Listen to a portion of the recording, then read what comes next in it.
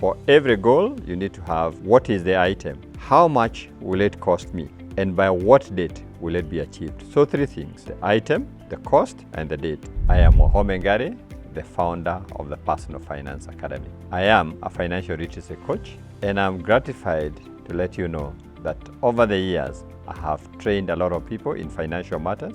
I'm also an author, and I've authored a fantastic book, The Wallet Words. Financial goals allow you to optimize the financial resources you have.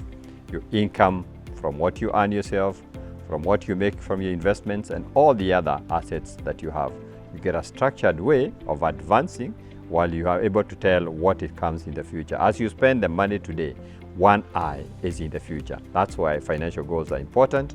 You don't only live today, you also remember tomorrow is coming. If you want to succeed while you're setting your financial goals, you have to define them in a manner that gives you clarity so that you can use the resources very well.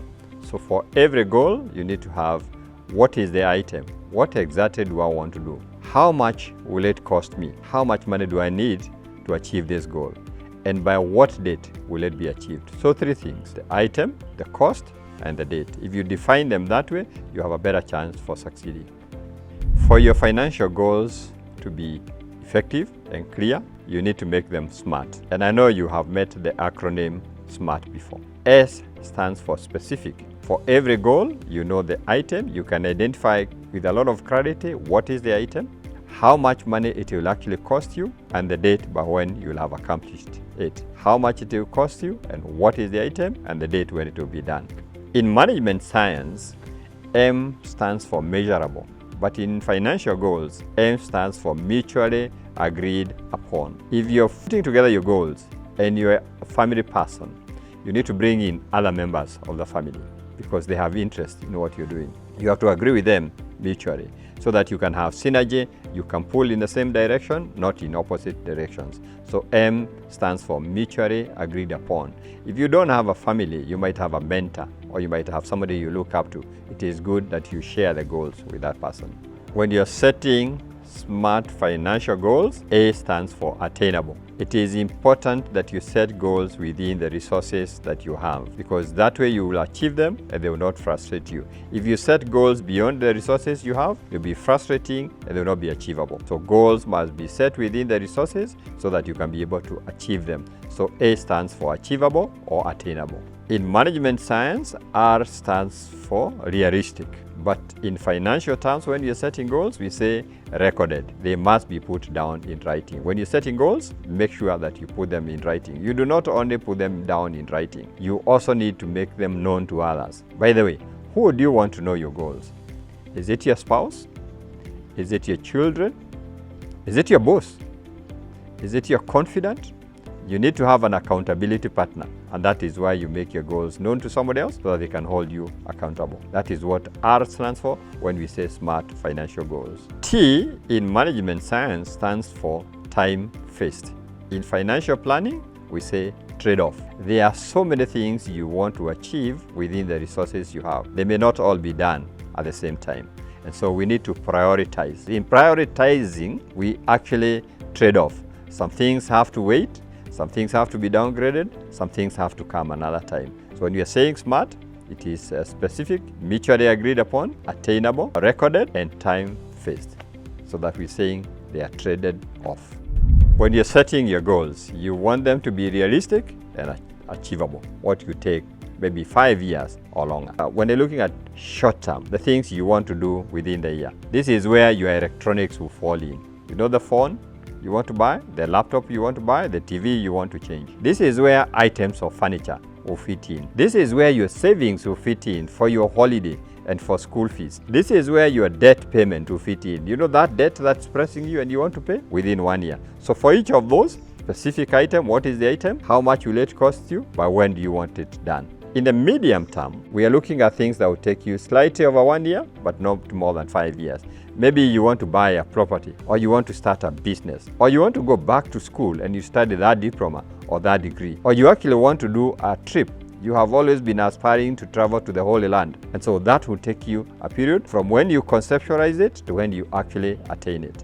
Long term are things that will take you over 5 years to plan for and to do them. We're looking at home ownership. That takes time. Financing tertiary education for your children. That will also take time. Financing your retirement. You know, when you start working at 22, they get you to join NSSF and you'll actually contribute until you turn 60. That's a 40-year journey that you will actually take. If you're thinking of building an investment portfolio, that will also take time. So when you think about your goals, short term, medium term, long term, and that will make it easier for you to do the planning. When we are setting goals, there are some common mistakes that we make all the time, and our goals do not work because of those mistakes. The first thing is not bearing in mind the resources we have. You cannot plan until you bear in mind the resources that I have at hand, because if you don't do that, you'll be frustrated. When you get into a bigger project and you hadn't thought it through, you are going to stall in the course of that project and you might not be able to achieve. So it is important to bear in mind what are the resources that I have at hand. The other thing, when you're looking at long-term goals, we must think about the effects of inflation. What something is costing today will not cost the same many years down the line.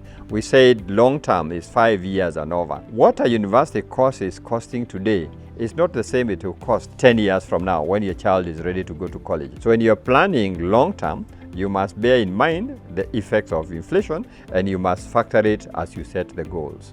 The other thing that is important is we do not mix the goals, the terms. You cannot be lashing around short term, medium term. You need to be able to prioritize the medium terms ones together, the short term ones together, the long term ones together. A common mistake people do all the time is to ignore the long term goals. We find it easier to buy the fridge, and after the fridge we buy the cooker, and after the cooker we buy the carpet. And you know, along the way we have forgotten that our child is growing and they will need to go to college. If we ignore the long-term goals, they tend to become a heavy burden when their times come. So we should bear in mind all the goals as we do the planning without ignoring any one of them. Setting goals is one thing, but it is important to review them because circumstances will always change in life. You can review them quarterly. Every 3 months, you have a look. What did I aim to do? What have I achieved? Should I accelerate or should I slow down? But at any rate, you should review them annually. Something automatic happens to you every year. You get 1 year older. And that gives you a good opportunity on your birthday to review your goals. So you're looking at quarterly and a half a year. But there are times when you have to review your goals, when you face life-changing events in your life. If you got a different job that pays you more, then you have to change your goals. If you lost a job and you lost some income, you have to change the goals. If you get a baby born, you will have to change your goals. So when you get life-changing events, it's another opportunity for you to review your financial goals. We have talked about setting financial goals. Let's have key takeaways.